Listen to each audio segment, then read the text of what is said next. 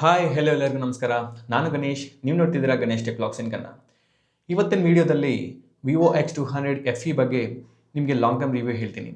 ನಾನು ಈ ಡಿವೈಸ್ನ almost 75 ಡೇಸ್ನಿಂದ primary device ಆಗಿ ಯೂಸ್ ಮಾಡ್ತಿದ್ದೆ. ಸೊ ಈ 75 ಡೇಸ್ ನನ್ನ ಎಕ್ಸ್ಪೀರಿಯನ್ಸ್ ಹೇಗಿತ್ತು ಮೊಬೈಲ್ ಜೊತೆ ಅಂತ ನಿಮಗೆ ಡೀಟೇಲ್ ಆಗಿ ವಿಡಿಯೋದಲ್ಲಿ ತಿಳಿಸ್ಕೊಡ್ತೀನಿ.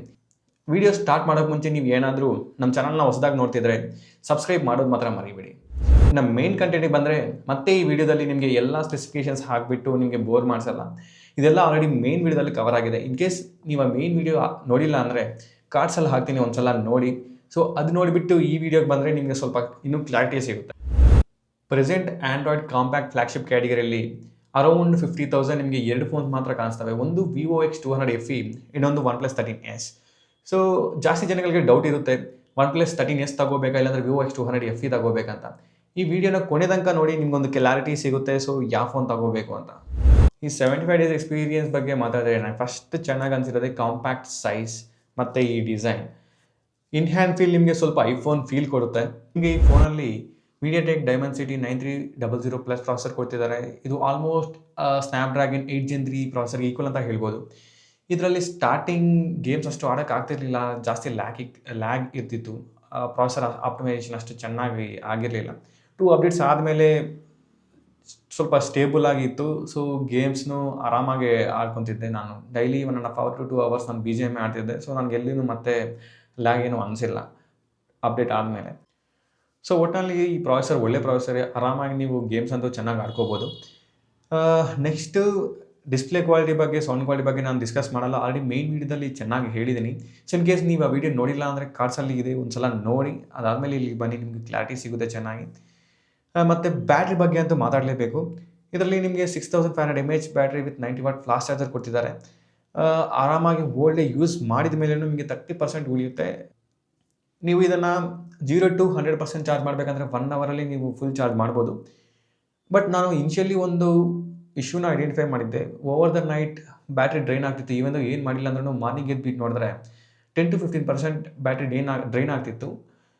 ಅದು 2 ಅಪ್ಡೇಟ್ಸ್ ಆದಮೇಲೆ ಅದನ್ನು ಸರಿ ಮಾಡಿದರು. ಸೊ ಓವರಾಲ್ ಆಗಿ ಇದರಲ್ಲಿ ಬ್ಯಾಟ್ರಿ ಬ್ಯಾಕಪ್ ಸಖತ್ತಾಗಿದೆ ಅಂತಲೇ ಹೇಳ್ಬೋದು. ಮತ್ತು ನಾನು ಇನಿಷಿಯಲಿ ಇನ್ನೊಂದು ಬಗ್ನ ಐಡೆಂಟಿಫೈ ಮಾಡಿದ್ದೆ. ನಾವು ಕಾಲಲ್ಲಿರುವಾಗ ಡಯಲ್ ಪ್ಯಾಡ್ ಓಪನ್ ಮಾಡಿಬಿಟ್ಟು ನಂಬರ್ಸ್ ಟ್ಯಾಪ್ ಮಾಡಿದ್ರೆ ಅಷ್ಟು ಚೆನ್ನಾಗಿ ಟ್ಯಾಪ್ ಆಗ್ತಿರ್ಲಿಲ್ಲ. ಇದನ್ನು 2 ಅಪ್ಡೇಟ್ಸ್ ಆದಮೇಲೆ ಚೆನ್ನಾಗಿಯೇ ಸರಿ ಮಾಡಿದ್ರು. ಇನ್ನು ಇದರಲ್ಲಿ ಕ್ಯಾಮ್ರಾ ವಿಷಯಕ್ಕೆ ಬಂದರೆ ಇದರಲ್ಲಿ ಮೇಯ್ನ್ ಹೈಲೈಟ್ ಕ್ಯಾಮ್ರಾಸ್ ಅಂತ ಹೇಳ್ಬೋದು. ಕೆಲವೊಂದು ಸ್ಯಾಂಪಲ್ಸ್ನ ಸ್ಕ್ರೀನ್ ಮೇಲೆ ಹಾಕ್ತೀನಿ, ನೀವು ನೋಡ್ಬೋದು. ಇಲ್ಲಿ ತನಕ ಒಂದು 3 ಅಪ್ಡೇಟ್ಸಿಂದ ಬಂದಿರ್ತವೆ. ಸೊ ಅಪ್ಡೇಟ್ಸ್ ಆದಮೇಲೂ ಕ್ಯಾಮ್ರಾ ಕ್ವಾಲಿಟಿ ಅಂತೂ ಎಲ್ಲೂ ಕಡಿಮೆ ಆಗಿಲ್ಲ. ಮತ್ತು ಇದರಲ್ಲಿ ಫ್ರಂಟ್ ಕ್ಯಾಮ್ರಾಗೆ ಡ್ಯುಯಲ್ ಆರಾ ಸೆಲ್ಫಿ ಲೈಟ್ಸ್ ಅಂತ ಒಂದು ತಗೊಂಡು ಬಂದಿದ್ದಾರೆ, ಫ್ಲ್ಯಾಶ್ ಲೈಟ್ನ. ನಿಮ್ಗೆ ನೆನಪಿದ್ರೆ ಆಲ್ಮೋಸ್ಟ್ 9 years ಬ್ಯಾಕ್ ವಿವೋ V5ಗೆ ಮೂನ್ ಲೈಟ್ ಸೆಲ್ಫಿ ಅಂತ ಒಂದು ತಗೊಂಡು ಬಂದಿದ್ದು ಫ್ಲ್ಯಾಶ್ ಲೈಟ್ನ. ಸೇಮ್ ಅದೇ ಥರನೇ ಇದರಲ್ಲಿನೂ ಡ್ಯುಯಲ್ ಆರಾ ಸೆಲ್ಫಿ ಲೈಟ್ಸ್ ಅಂತ ತಗೊಂಡು ಬಂದಿದ್ದಾರೆ. ಈ ಫುಲ್ ಕತ್ಲಲ್ಲಿ ನೀವು ಸೆಲ್ಫೀಸ್ನ ಕ್ಲಾರಿಟಿಯಾಗಿ ತೊಗೋಬೋದು ಆ ಫ್ಲ್ಯಾಶ್ ಲೈಟ್ನ ಯೂಸ್ ಮಾಡಿಬಿಟ್ಟು. ಸ್ಯಾಂಪಲ್ ನಿಮಗೆ ಸ್ಕ್ರೀನ್ ಮೇಲೆ ಹಾಕ್ತೀನಿ, ನೀವು ನೋಡ್ಬೋದು ಹೇಗಿರುತ್ತೆ ಅಂತ. ಏನು OnePlus 13s ಜೊತೆ ಕಂಪೇರ್ ಮಾಡಿದ್ರೆ ಕ್ಯಾಮ್ರಾಸ್ ಇದರಲ್ಲಿ ಫಾರ್ ಬೆಟರ್ ಇರ್ತವೆ OnePlus 13sಗಿಂತ. ಮತ್ತು ಈ ಫೋನಲ್ಲಿ ಇನ್ನೊಂದು ಪಾಸಿಟಿವ್ ವಿಷಯಕ್ಕೆ ಬಂದರೆ ಹ್ಯಾಪ್ಟಿಕ್ ಫೀಡ್ಬ್ಯಾಕ್ಸ್ ಅಂತ ಹೇಳ್ಬೋದು. ಏನಾದರೂ ಟೈಪ್ ಮಾಡುವಾಗ, ಇಲ್ಲ ಪೇಮೆಂಟ್ ಮಾಡುವಾಗ ಟಿಕ್ ಮಾರ್ಕ್ ಬಂದಾಗ, ಇಲ್ಲ ChatGPT ಇಲ್ಲ ಪರ್ಪ್ಲೆಕ್ಸಿಟಿ ಸರ್ಚ್ ರಿಸಲ್ಟ್ಸ್ ಬಂದಾಗ ಒಂದೊಂದು ಲೆಟರ್ ಜನರೇಟ್ ಆಗುವಾಗ ಜಾಸ್ತಿ ಚೆನ್ನಾಗಿ ಆಪ್ಟಿಮೈಸ್ ಮಾಡಿದ್ದಾರೆ ಹ್ಯಾಪ್ಟಿಕ್ ಫೀಡ್ಬ್ಯಾಕ್ಸ್ ಅಂತೂ. ಜಾಸ್ತಿ ಇಂಪ್ರೆಸಿವ್ ಅನ್ನಿಸ್ತು ಈ ಹ್ಯಾಪ್ಟಿಕ್ಸ್, ಚೆನ್ನಾಗಿದೆ. ಮತ್ತು ನಿಮಗೆ ಇಲ್ಲೂ ಒಂದು IR ಬ್ಲಾಸ್ಟರ್ ಸಿಗುತ್ತೆ. ಅದನ್ನು ಯೂಸ್ ಮಾಡಿಬಿಟ್ಟು ನೀವು TVs ಆಗಲಿ ಇಲ್ಲ ACs ಆಗಲಿ ನೀವು ಆಪ್ರೇಟ್ ಮಾಡ್ಬೋದು. ಇದು ಮೇನ್ ವೀಡಿಯೋದಲ್ಲಿ ಹೇಳೋದು ಮರ್ತೋಗಿದ್ದೆ, ಮತ್ತು ಈ ವಿಡಿಯೋದಲ್ಲಿ ನಿಮಗೆ ಹೇಳ್ತಾ ಇದ್ದೀನಿ. ಇನ್ನು ಈ ಫೋನಲ್ಲಿ ದೊಡ್ಡ ನೆಗೆಟಿವ್ ಏನಾದರೂ ಇದೆಯಾ ಅಂದರೆ ಅದು OS ಅಂತ ಹೇಳ್ಬೋದು. ಇದು ಫನ್ ಟಚ್ OS ಜೊತೆ ಬರ್ತಿದೆ. ಎಕ್ಸ್ಪೀರಿಯನ್ಸ್ ಅಷ್ಟು ಚೆನ್ನಾಗಿಲ್ಲ ಅಂತಲೇ ಹೇಳ್ಬೋದು. ಈವನ್ ನೀವು ನಾರ್ಮಲಿ ಆ್ಯಪ್ ಸರ್ಚ್ ಮಾಡುವಾಗ ಕೆಳಗೆ ನಿಮಗೆ ವೆರೈಟಿ ವಿಚಿತ್ರ ಆ್ಯಪ್ಸು ಸಜೆಷನ್ಸ್ ಬರ್ತಾ ಇರುತ್ತೆ. ಒಂದೊಂದು ಸಲ ಆಕ್ಸಿಡೆಂಟಲ್ಲಿ ಇನ್ಸ್ಟಾಲು ಆಗಿಬಿಡ್ತವೆ, ಡಿಲೀಟ್ ಮಾಡ್ಕೊತಾ ಇರಬೇಕು. ಅದು ಜಾಸ್ತಿ ಇರಿಟೇಷನ್ ಅನ್ನಿಸ್ತು. ನೀವು OnePlus 13s ತಗೊಂಡ್ರೆ ಅದರಲ್ಲಿ ನಿಮಗೆ ಆಕ್ಸಿಜನ್ OS ಬರುತ್ತೆ. ಅದು ಫಾರ್ ಬೆಟರ್ ಇರುತ್ತೆ ಫನ್ ಟಚ್ OS ಜೊತೆ ಕಂಪೇರ್ ಮಾಡಿದ್ರೆ. ಸೊ ಅದಕ್ಕಾಗಿಯೇ ಈ ವಿವೋದವರು ಆರಿಜಿನ್ OS ಮೇಲೆ ವರ್ಕ್ ಮಾಡ್ತಿದ್ದಾರೆ. ಅದು ಆಲ್ರೆಡಿ ಚೈನಾದಲ್ಲಿ ತೊಗೊಂಡು ಬಂದಿದ್ದಾರೆ, ಇಂಡಿಯಾಗೆ ಇನ್ನು ಆ ಥರದಲ್ಲಿ ತೊಗೊಂಡು ಬರ್ತಾರೆ. ಸೊ ಈ ಫ್ಲ್ಯಾಗ್ಶಿಪ್ ಮೊಬೈಲ್ಸ್ಗೆಲ್ಲ ಈ ಆರಿಜಿನ್ OSನ ತೊಗೊಂಡು ಬರ್ತಾರೆ ಅಂತ ಟಾಕ್ ಬರ್ತಿದೆ. ನೋಡೋಣ ಯಾವಾಗ ಬರುತ್ತೋ. ಸೊ ಈ OS ಒಂದು ಚೇಂಜ್ ಮಾಡಿದ್ರೆ ಈ ಫೋನ್ ಇನ್ನು ಸಖತ್ತಾಗಿರುತ್ತೆ ಅಂತ ಹೇಳ್ಬೋದು ಆಲ್ರೌಂಡ್ ಆಗಿ. ಇದೇ ನನ್ನ 75 ಡೇಸ್ ಎಕ್ಸ್ಪೀರಿಯನ್ಸ್ ಈ ಫೋನ್ ಜೊತೆ.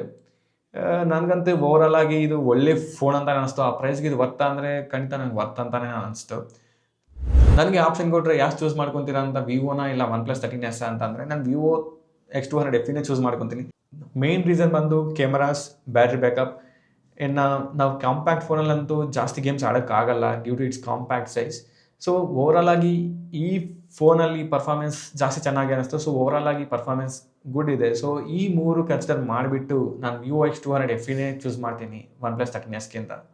ಈಗ ಯಾವ ಫೋನ್ ತೊಗೋಬೇಕು ಅಂದರೆ, ಯಾರ ಪ್ರಿಫರೆನ್ಸ್ ಬೆಸ್ಟ್ ಕ್ಯಾಮ್ರಾಸ್ ಬೇಕು, ಬೆಸ್ಟ್ ಬ್ಯಾಟ್ರಿ ಬ್ಯಾಕಪ್ ಬೇಕು, ಓವರಾಲ್ ಆಗಿ ಗುಡ್ ಪರ್ಫಾರ್ಮೆನ್ಸ್ ಬೇಕು ಅನ್ನೋರಿಗೆ ವಿವೋ X200 FEನ ತೊಗೋಬೇಕು.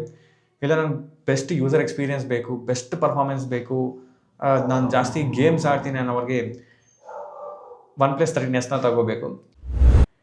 ಇದು ನನ್ನ ಎಕ್ಸ್ಪೀರಿಯನ್ಸ್ ವಿವೋ X200 FE ಜೊತೆ.